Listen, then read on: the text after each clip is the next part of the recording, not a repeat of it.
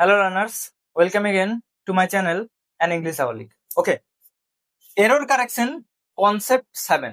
এখন কিছুদিন error correction এর সিরিজ চলবে, দেন গ্র্যাজুয়ালি আমি এক একটা টপিকের উপর লং ভিডিওস নিয়ে আসবো, যেখানে পার্টস অফ স্পিচ থেকে শুরু করে একদম হায়ার লেভেল বা অ্যাডভান্স লেভেলের যতগুলো টপিক থাকে সেগুলো আমি কভার করব ইন ডিটেল।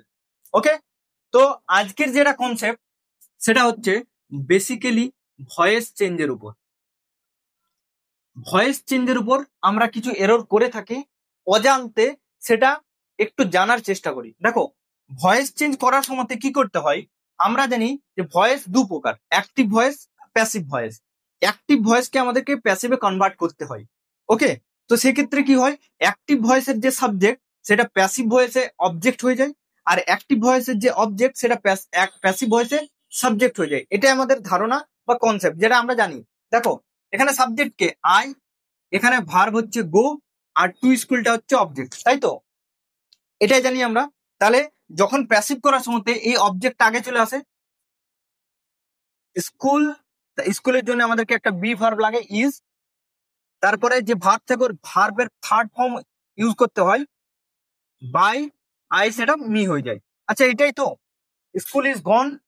আচ্ছা, এখানে টুটা রইলো, সেটা টুটা এখানে অ্যাড হয়ে যাবে, school is gone to by me, তাই তো? তাহলে সেন্টেন্স কারেক্ট?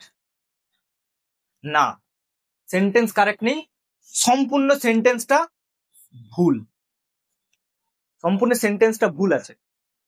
কি ভুল? দেখো দেখো এই ক্ষেত্রে দেখো, আমরা যেটা জানি, প্রথমত তো আমাদেরকে অবজেক্ট আইডেন্টিফিকেশন দরকার, যে অবজেক্টকে কিভাবে আইডেন্টিফাই করতে হয়। আগে সেই প্রসেসটা জানবে, তবেই ভয়েস চেঞ্জ করতে পারবে।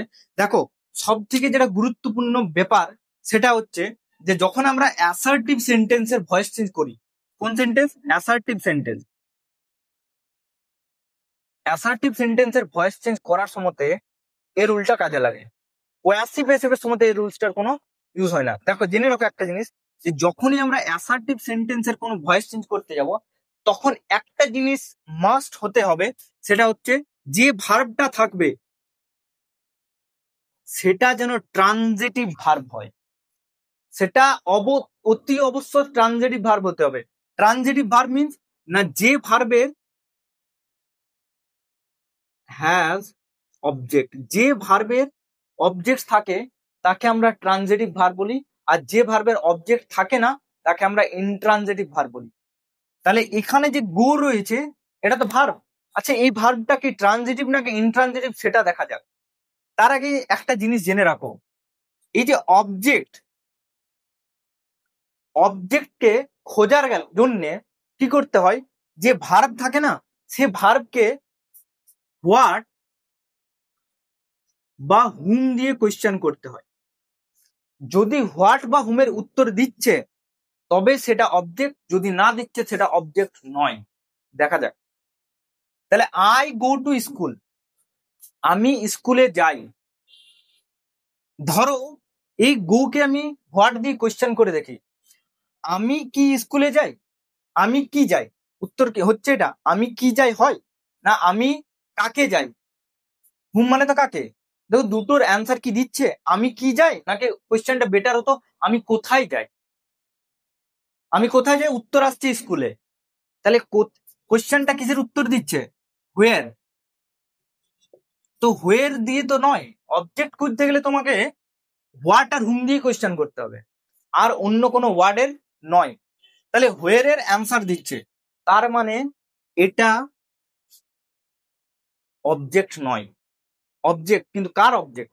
দেখো তো, একটু একটু নোটিস করে দেখো, এখানে স্কুল আছে কিন্তু তার আগে একটা প্রিপোজিশন আছে,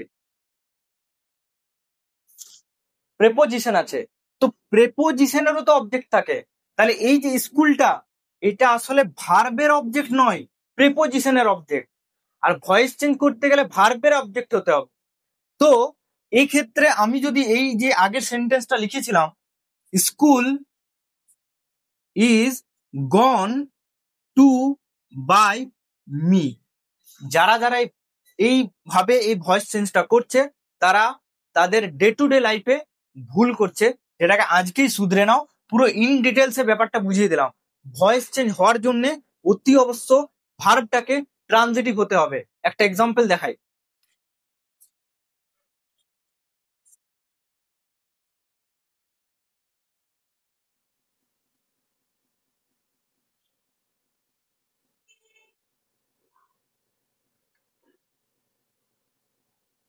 দেখো এখানে দেওয়া রয়েছে he plays football every day. Subject ভার্বকে কি দিয়ে প্রশ্ন করলে, কে দিয়ে প্রশ্ন করলে যে উত্তরটা পাওয়া যায় সেটা সাবজেক্ট। তাহলে হু প্লেজ ফুটবল, হি সাবজেক্ট পেয়ে গেলাম। খেলাটা কাজ, ভার্ব। এবারে দেখো আমি একে যদি হোয়াট দিয়ে প্রশ্ন করি উত্তর আসছে কিনা। তাহলে সে খেলে ফুটবল, তাহলে সে কি খেলে, উত্তর আসছে ফুটবলে। তার মানে এটা অবজেক্ট, এটা অবজেক্ট। তো এটার তার মানে ভয়েস চেঞ্জ করা যাবে। দেখো ফুটবলটাকে আগে নিয়ে আসবো। ইজ, যেহেতু প্রেজেন্ট টেন্স আসছে তাই ইজ হলো। যেটা ভার্ব তার ভার্ব থার্ড ফর্ম হয়ে গেল, ফুটবল ইজ প্লেড। তারপরে একটা বাই দিতে হয়, হি থাকলে তার অবজেক্টিভ ফর্ম চলে আসে হিম। আর এটা হচ্ছে adverb of time, no adverb of frequency, সেটা শেষে বসে যাবে।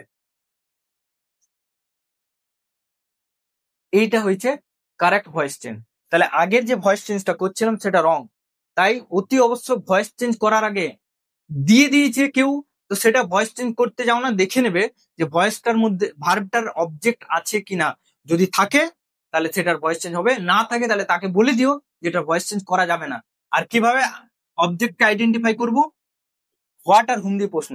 আমি একটা ডিটেল ভিডিও নিয়ে আসবো অবজেক্টের টাইপস আর অবজেক্ট আইডেন্টিফিকেশন নিয়ে আজকের ক্লাস থেকে। তাহলে আজকের ক্লাসটা এই বিষয় ছিল। আশা করি তুমি একটা হেল্পফুল একটা তোমার জন্য ভিডিওটা হয়ে থাকবে আর তুমি অনেক কিছু শিখে থাকবে। ওকে learners, in today's video, if you have learned something new today, then do not forget to like, share and subscribe to my channel and follow me for such helpful and informative content. Thank you.